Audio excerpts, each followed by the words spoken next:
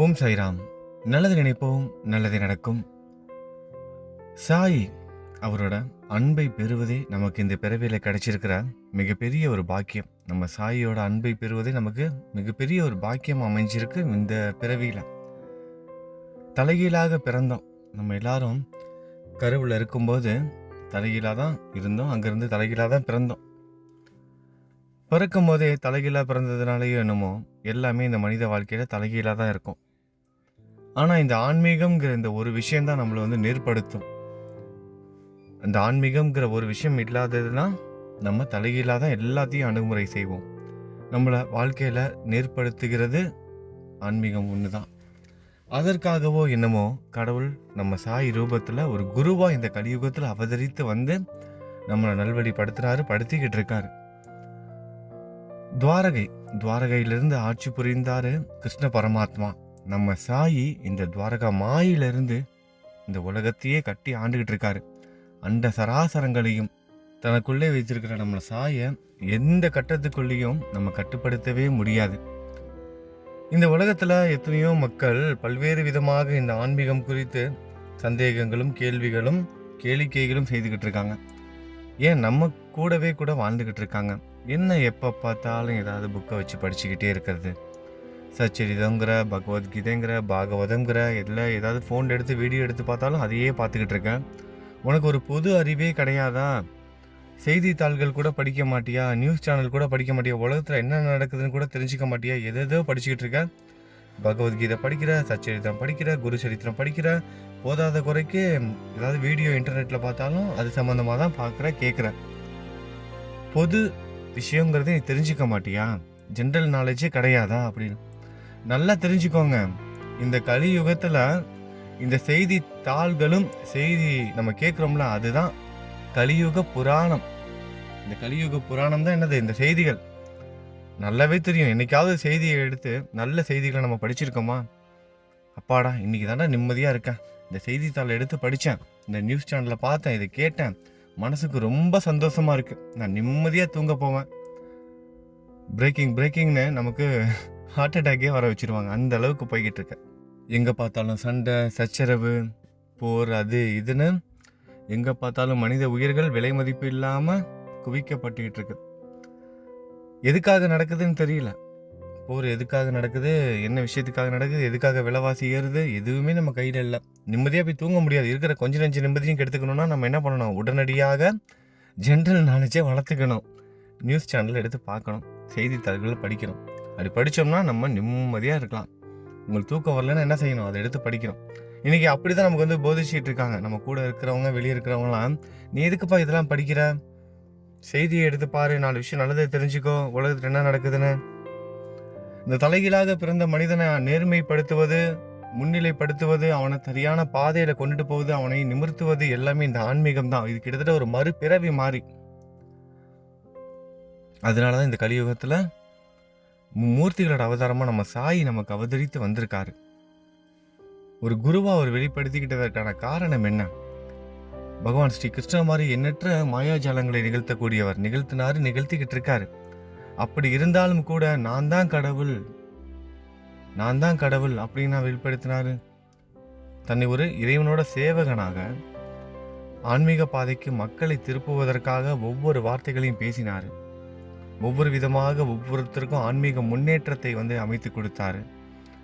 நிறைய பக்தர்களை தீர்த்த யாத்திரைக்கு அனுப்பியிருக்காரு. நிறைய புத்தகங்கள் படிக்க வச்சிருக்காரு. ஆனால் நம்ம கண்ணில் எதுவுமே படாது. ஒரே ஒருத்தரை மட்டும் என்ன பண்ணாரு? அவர் தீர்த்த யாத்திரைக்கு போக வேணாம், அங்கேயே இருக்க சொல்லிட்டாரு. ஒரு சில சந்தர்ப்பவாதி பக்தர்கள் என்ன செய்வாங்க? இந்த சந்தர்ப்பவாதிகளும் தான் நினைக்கிறது தான் சரின்னு இந்த உலகத்தில் பரப்புவதற்காக எல்லாமே நடக்கும். இந்த உலகத்தில் சாய் பேரை வச்சுக்கிட்டு நடக்கும். நீ அங்கே போகிற, இங்கே போகிற, சாய் பத்தியா சச்சிதத்தில் பாரு, இந்த பக்தரை எங்கேயும் நீ போக வேணாம், நீ இங்கேயே இருன்னு சொல்லிட்டு அவரோட வாழ்நாளோட கடைசி வரைக்கும் அங்கேயே வச்சுக்கிட்டாரு. அவரோட இறப்பு கூட ஷிரடியிலே தான் நடந்துச்சு அப்படின்னு. ஒவ்வொரு பக்தருக்கு என்ன தேவையோ அதை தான் அவர் சொல்லுவார். ஷாமாலாம் எங்கெங்கே போயிட்டு வந்தார்? கயா யாத்திரை போயிட்டு வந்தார், அயோத்தி போயிட்டு வந்தார், குலதெய்வ கோயிலுக்கு போயிட்டு காணிக்க கொடுக்க வச்சாரு.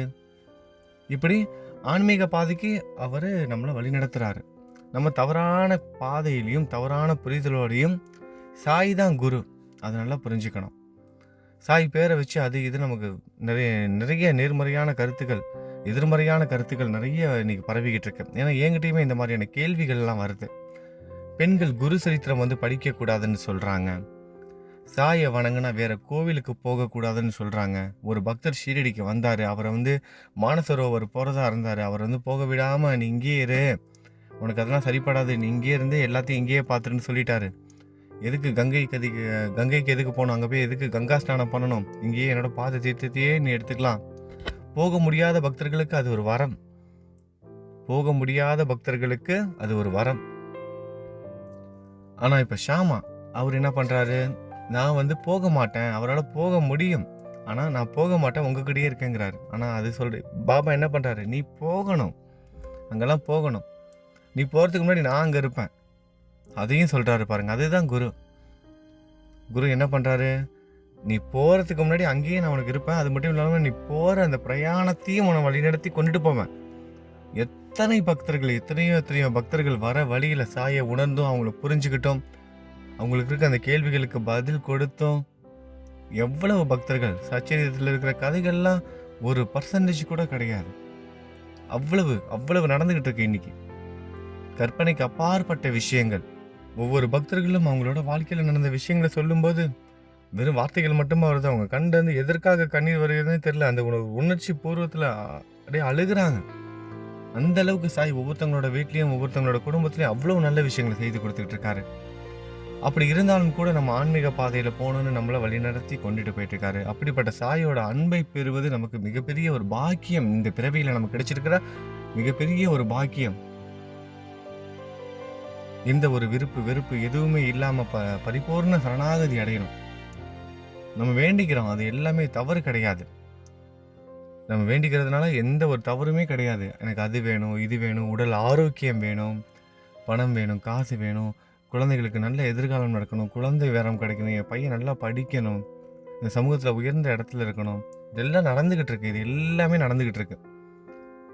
நிறைய விஷயங்கள் நம்ம சாய் குடும்பத்தில் எங்கெல்லாம் தலை குனிந்தாங்களோ அங்கெல்லாம் தலை நிமிர்ந்து நின்றுட்டு இருக்காங்க. ஒவ்வொரு பக்தர்களும் அவங்க அனுப்புகிற அந்த கமெண்ட்டாக இருக்கட்டும், அவங்க சொல்கிற அந்த நல்ல விஷயங்களாக இருக்கட்டும், இதை பற்றிலாம் பேசிக்கிட்டே போகலாம் போல். தனியாக பக்தர்களோட அனுபவங்கள்னு நம்ம ஒரு புக்கே எழுதலாம் போல், அந்த அளவுக்கு இருக்குது. ஆனால் எழுதி முடிக்க முடியுமான்னு தான் தெரியல. அந்தளவுக்கு நீண்டு கடந்து போய்கிட்டு இருக்கு.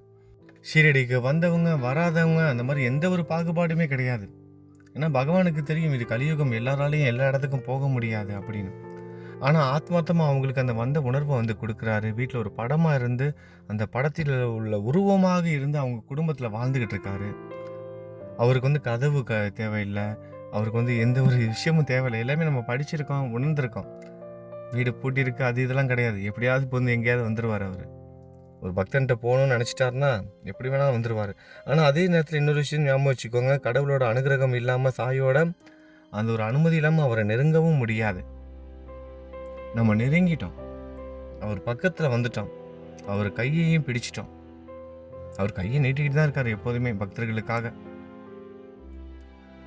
அதை எப்படி பிடிச்சிருக்கோம்? விடாப்பிடியாக பிடிச்சிருக்கோமா, இல்லை கொஞ்சம் நம்ம நேரத்துக்கு தகுந்த மாதிரி விட்டு பிடிக்கிறோமா? அதில் தான் இருக்குது நம்மளோட பக்தி. எந்த சூழ்நிலையிலும் விடக்கூடாது. மாலுமியை நம்பி ஒரு படகுல ஏறிட்டோம்னா அந்த கரை சேர்ற வரைக்கும் அவரை நம்பணும்.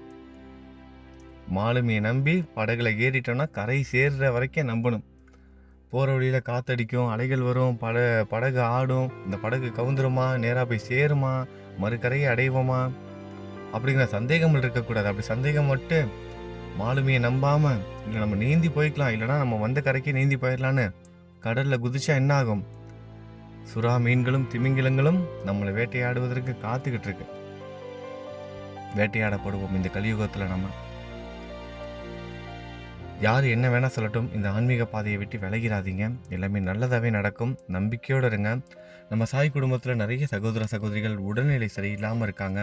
அவங்க எல்லாருக்காகவும் ஆஞ்சநேயர்கிட்ட பிரார்த்தனை பண்ணிக்கோங்க. உங்களுக்காகவும் உங்கள் குடும்பத்தில் இருக்கவங்களுக்காகவும் பிரார்த்தனை பண்ணிக்கோங்க. பூரண உடல் ஆரோக்கியத்தோட, மன தைரியத்தோட எல்லாரும் நிம்மதியாக வாழணும்னு ஆஞ்சநேயர்கிட்ட பிரார்த்தனை பண்ணிவிட்டு நம்ம துவாரகமாய் நம்ம அம்மா வீட்டுக்கு போகலாம். இன்றைக்கி நம்ம சாய் குடும்பத்தில் யாராருக்கெல்லாம் பிறந்த நாள் அதையும் பார்த்துருவோம். அவங்களுக்கும் பிறந்தநாள் வாழ்த்துக்கள் சொல்லிடலாம். இன்றைக்கி நம்ம சாய் குடும்பத்தை சேர்ந்த விக்னேஷ் சகோதரருக்கு பிறந்தநாள், 29வது பிறந்தநாள். விக்னேஷ் சகோதரருக்கு பிறந்தநாள் வாழ்த்துக்கள் சொல்லிக்கலாம். அதே நேரத்தில் நம்ம சாயப்பா கிட்ட அவருக்காக பிரார்த்தனையும் செய்து கொள்ளலாம். பூரண உடல் ஆரோக்கியத்தோட அவரோட எதிர்கால வாழ்க்கை நல்லபடியாக அமையணும். அது மட்டும் இல்லாமல் அவர் விருப்பப்பட்டது எல்லாம் அவருக்கு கிடைக்கணும்னு நம்ம எல்லாரும் பிரார்த்தனை பண்ணிக்குவோம். அடுத்ததாக நம்ம சாய் குடும்பத்தை சேர்ந்த சுமித்ரா சகோதரிக்கு 36வது பிறந்தநாள். சுமித்ரா சகோதரிக்கும் நம்ம எல்லாரும் பிரார்த்தனை செய்து கொள்ளலாம். அவங்களுக்கு பிறந்தநாள் வாழ்த்துக்களும் சொல்லிக்கலாம். அவங்களோட உடல் ஆரோக்கியத்திற்காகவும் எதிர்கால வாழ்க்கைக்காகவும் நம்ம சாய்கிட்ட நம்ம எல்லாரும் பிரார்த்தனை செய்து கொள்ளலாம். இவங்க மட்டும் இல்லாமல் இன்றைக்கி நம்ம சாய் குடும்பத்தில் வேறு யாரெல்லாம் பிறந்த நாள் கொண்டாடுறாங்களோ அவங்க எல்லாருக்கும் பிறந்த நாள் நல்வாழ்த்துக்கள். திருமண நாள் கொண்டாடும் தம்பதிகளுக்கு திருமண நாள் நல்வாழ்த்துக்கள். இப்போ என் கூட சேர்ந்து துவாரகமாய் இந்த கிரிவலத்தில் கோவிலை யாரெல்லாம் ஆத்மார்த்தமாக சுற்றி வந்தீங்களோ உங்கள் எல்லாரோட பிரார்த்தனையும் நிச்சயமாக நிறைவேறும். நம்பிக்கையோடு இருங்க. கைக்கு அப்பாற்பட்ட விஷயங்களை சாய்கிட்ட ஒப்படைச்சிருங்க, அவர் பார்த்துக்குவார். இந்த நிமிஷம் நீங்கள் எதுக்காக பிரார்த்தனை பண்ணிகிட்டு இருக்கீங்களோ அந்த பிரார்த்தனை நிச்சயமாக நிறைவேறும். நம்பிக்கையோடு இருங்க. நல்லது நினைப்போம், நல்லதே நடக்கும். ஓம் சாய்ராம்.